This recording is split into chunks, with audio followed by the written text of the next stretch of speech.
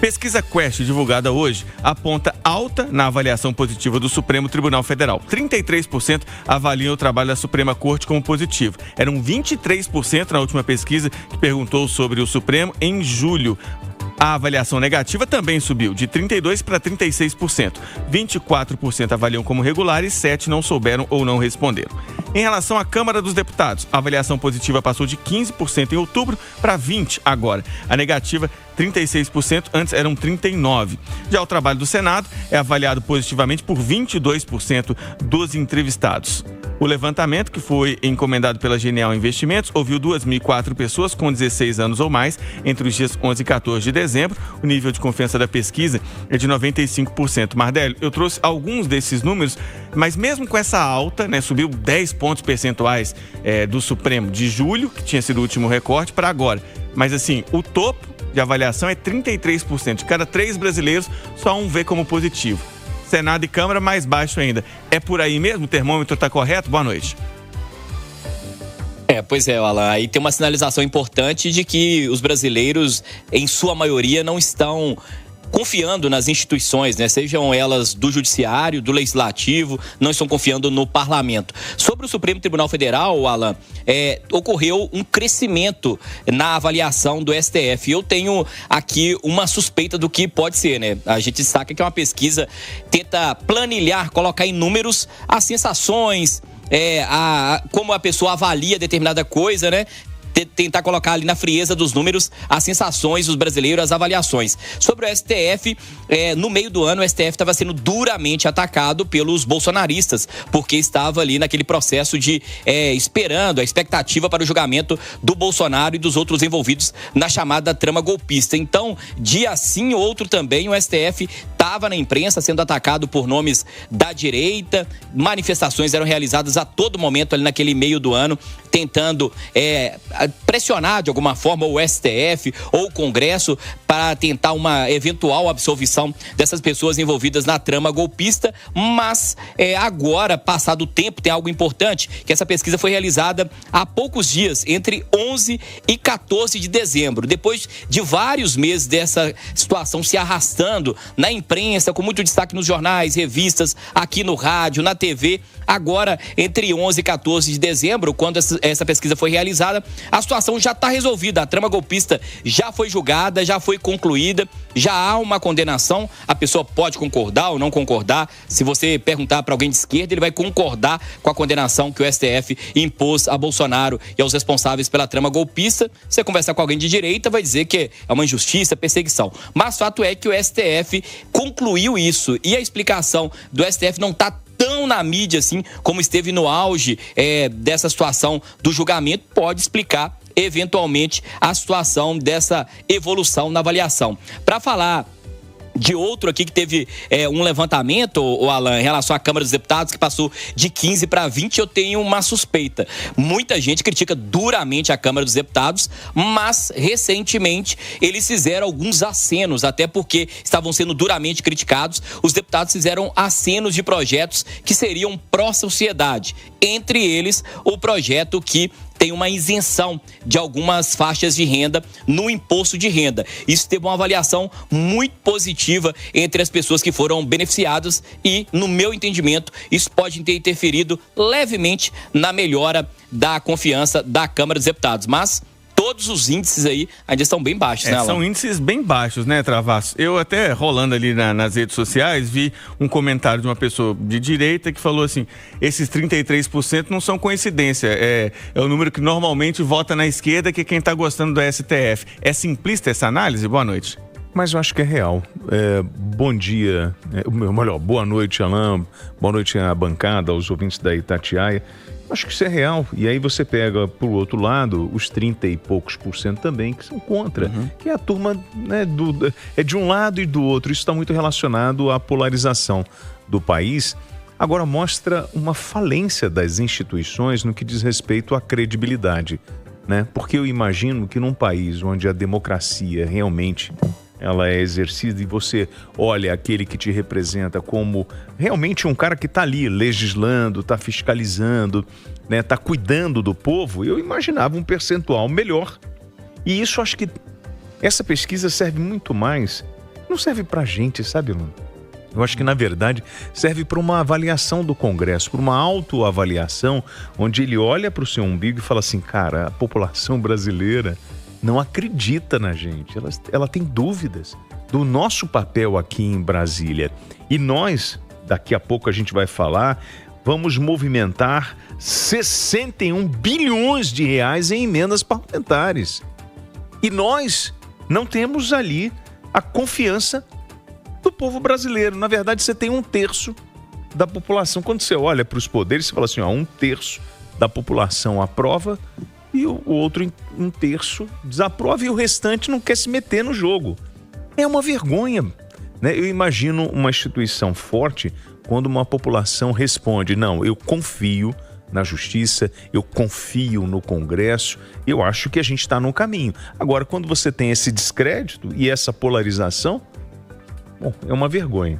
Roberto, os números mais altos são do Supremo e mesmo assim são baixos, né? 33% confiam na nossa mais alta Corte da Justiça. E se a gente for pegar os políticos, 20% na Câmara, 22% aprovando no Senado. Significa que vai ter uma renovação muito grande ano que vem nas eleições ou não é bem por aí? Boa noite, bem-vindo.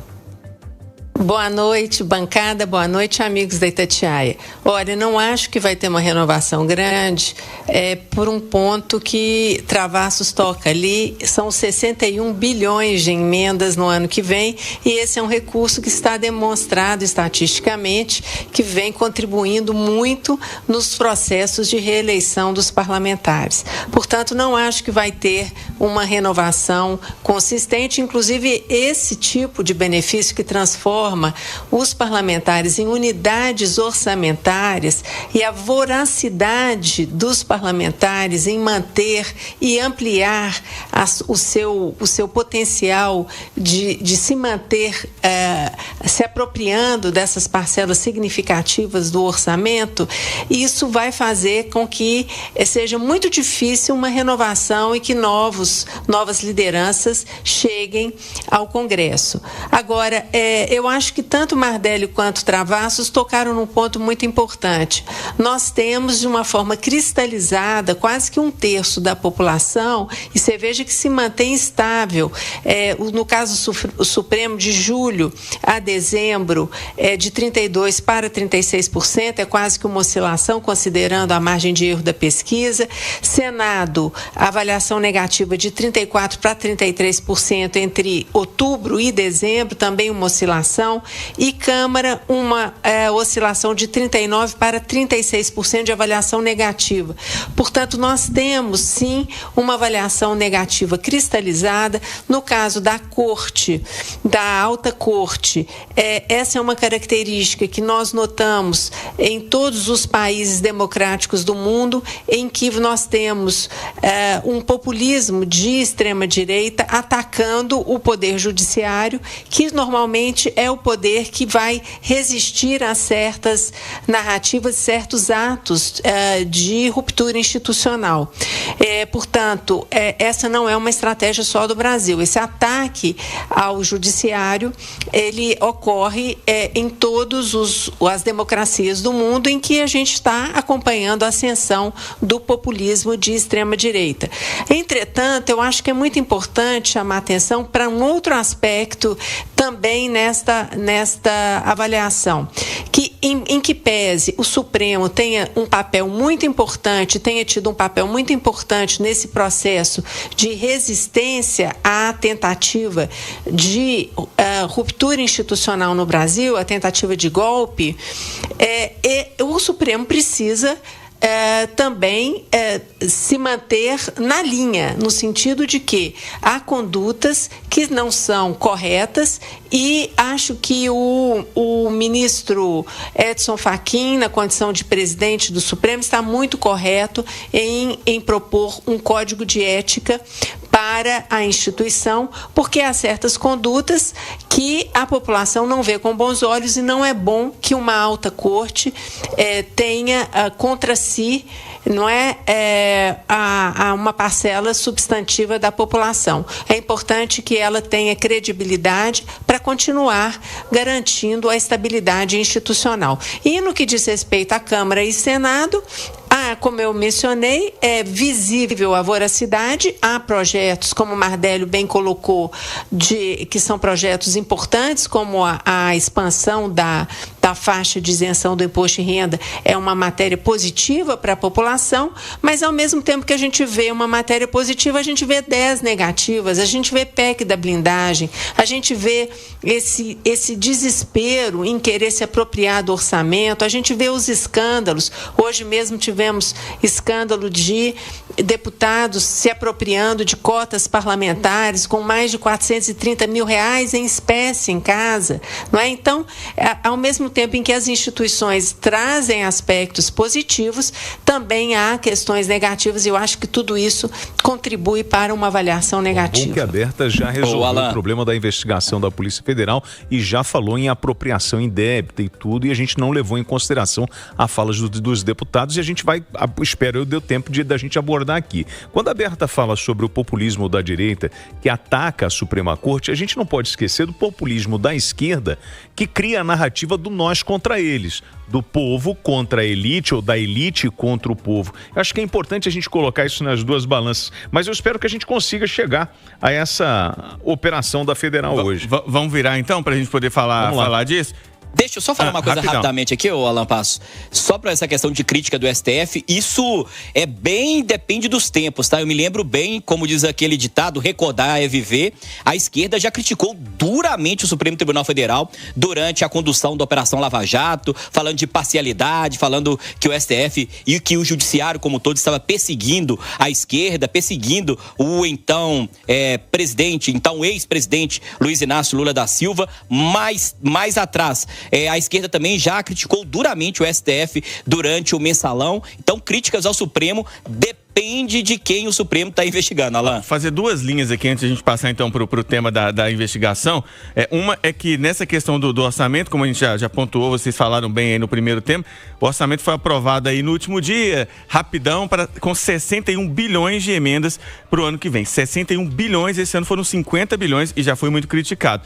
E o ministro Alexandre de Moraes acabou de autorizar que a cirurgia de Jair Bolsonaro seja feita depois do laudo da perícia da Polícia Federal, mas negou o pedido da defesa de prisão domiciliar. A gente vai trazer mais informações ao longo do jornal. Agora, passar para o tema 3 aqui, pessoal. O deputado federal Sóstenes Cavalcante, do PL do Rio, foi alvo da operação que investiga o desvio de recursos públicos vindos de cotas parlamentares. Ele declarou em 2022 que tinha menos de R$5 mil em bens nas contas, segundo o site DivulgaCand, que é onde os candidatos colocam a sua declaração de renda e de bens. Hoje a PF encontrou R$430 mil em espécie na casa dele, Travassos, e ele justificou dizendo que era em relação a uma venda de imóvel. Também foi alvo Carlos Jordi, que é do PL do Rio de Janeiro, e os dois são apontados pela PF como beneficiários de um desvio de verbas públicas que envolveria uma empresa de fachada de locação de carros, lembrando o que os dois negam e dizem que usam de fato esses serviços. Bom, a gente passou um pouco batido pelas emendas, mas só uma observação, né? A gente tem que pagar até o primeiro... porque o primeiro... esse 65% do valor desses 60 e poucos bilhões, enfim, 65% você tem que pagar até o fim do primeiro semestre, ou seja, vai ajudar a turma na campanha política. O barato é esse, gente, vão injetar grana para poder se promover na base do candidato. E 38 bilhões são obrigatórios, Obrigatórios. Né? Tem que pagar. Até o fim do primeiro semestre tem que botar essa grana aqui. Ponto. Agora, quando é que mudou isso? Não foi lá em 2015, com o senhor Eduardo Cunha, quando tem toda uma mudança e o Centrão vai se apoderando do poder e vai tirando o poder de decisão do governo na distribuição de dinheiro. Essa é a maneira que a gente tem de controlar o país, comprando, na verdade, apoio de prefeito, de governador, de deputado, das bases. E é assim que funciona o jogo. E aí, onde está a democracia nisso tudo? Em relação à operação, é muito vergonhoso imaginar que um pastor, um cara que tem um discurso, né, conservador, de Deus, pátria, família, honestidade, não corrupção, estaria envolvido numa pilantragem e foi encontrar lá R$430 mil na sua casa. Ele fala assim, olha, isso aí, eu fiz uma transação, vendi uma casa, mas espera aí, ô amigão, Isso aí tá no cartório? Tá registrado?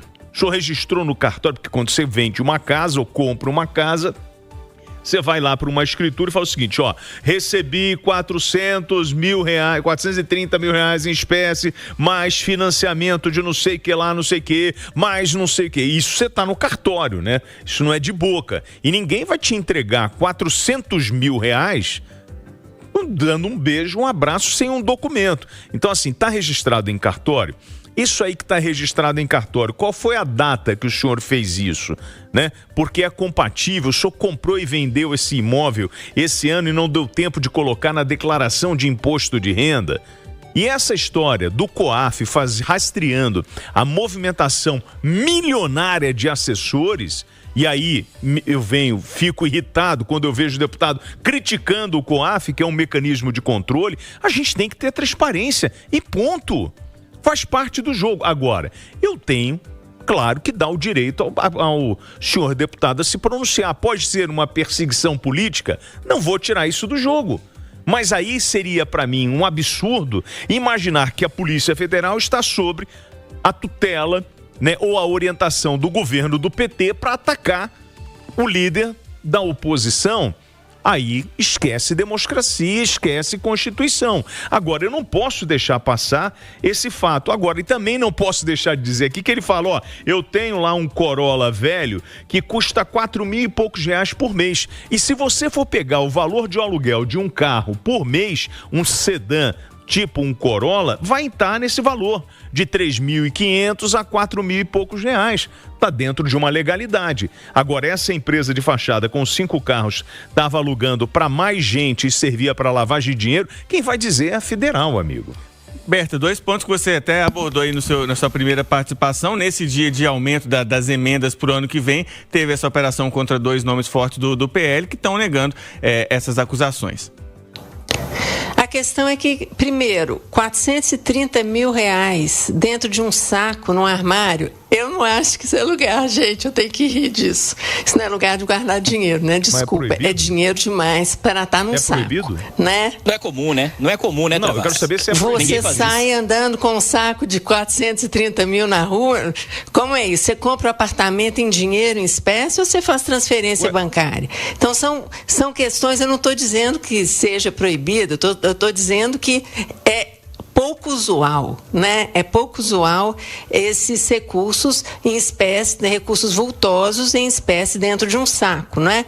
Então, eu acho que aí já é um problema. E a Polícia Federal achou o dinheiro lá, né? Então, vamos aguardar o pronunciamento do parlamentar para ver se ele realmente tem como demonstrar a origem desses recursos. Mas eu quero só perguntar a vocês, colegas de bancada, se vocês acham normal ter esse volume de dinheiro dentro de um saco no armário. Não é questão de ser normal ou não, Berta. Isso não é proibido. Ponto. Acabou. Você vai falar que a pessoa não pode ter dinheiro em casa? Quem disse? Está escrito aonde? Eu não posso vender e receber, eu não posso pagar em dinheiro e não posso receber em dinheiro se isso está declarado? Qual é o problema? E aí, Mardelli, é usual, é proibido, tem problema, e o parlamentar o Sóstenes falou que vai continuar subindo o tom das críticas contra o Supremo, pregou nessa história de perseguição.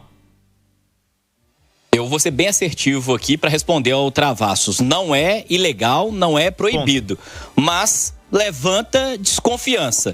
E um ponto que chama muita atenção é o tanto de imóveis que alguns deputados compram e vendem com dinheiro, Alan Passos. Isso é muito estranho. Eles fazem tudo em dinheiro, parece que eles estão lá na década de 40, de 50. Vários já foram encontrados com dinheiro. Eles têm sempre um argumento, não, eu vendi ali um imóvel, não, eu recebi um dinheiro. Mas aí eu quero ver agora. Eu acho que era uma boa oportunidade, vou dar o benefício da dúvida pro deputado, que a lei prega isso, né? Ele é inocente até que se prove o contrário. Então, eu acho que o deputado hoje na coletiva, ele perdeu uma grande oportunidade. Se ele vendeu um imóvel, dele ir lá com um documento do imóvel de transferência que ele vendeu. Ele poderia ter apresentado para toda a imprensa.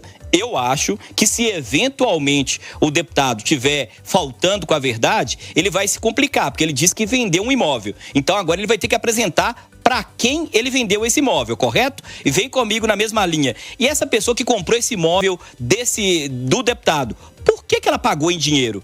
Aí tem que perguntar essa outra pessoa. Mas chama muita atenção o fato desse tanto de dinheiro guardado em casa, em espécie. E chama mais atenção ainda o fato dele ter declarado R$ 4.926 para a Justiça Eleitoral e depois tem R$400 mil em espécie guardado dentro de casa. Isso é algo que chama bastante atenção. O deputado é inocente até que se prove o contrário, mas vai ter que explicar e vai ter que mostrar a origem desse dinheiro e se ele comprou ou vendeu esse imóvel, ele vai ter que mostrar quem que é essa outra pessoa e por que essa pessoa pagou por dinheiro. E para finalizar, Alan, chama muita atenção que quando eu fui comprar o meu primeiro carro, lá meu carrinho ali, juntei o dinheiro, fui comprar, eu cheguei no banco, aí fui lá fazer uma transferência. A moça do banco perguntou por que eu estava fazendo aquela transferência, para quem, aí ela perguntou sobre o carro, aí depois eu conversando com pessoas do setor bancário, eu descobri que é um mecanismo de segurança dos bancos, que são bem rigorosos com isso, quando você faz uma movimentação ali que é um pouco mais alta, chama atenção, mais alta em relação ao dinheiro que você costuma circular.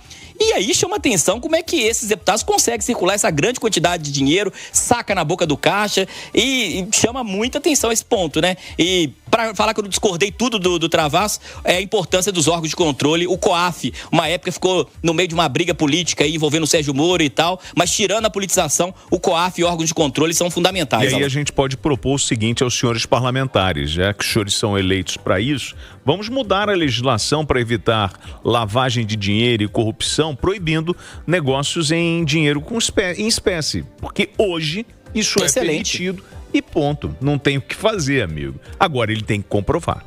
William Travassos, Berta Macaron e Mardélio Couto participaram do Conversa de Redação desta sexta-feira.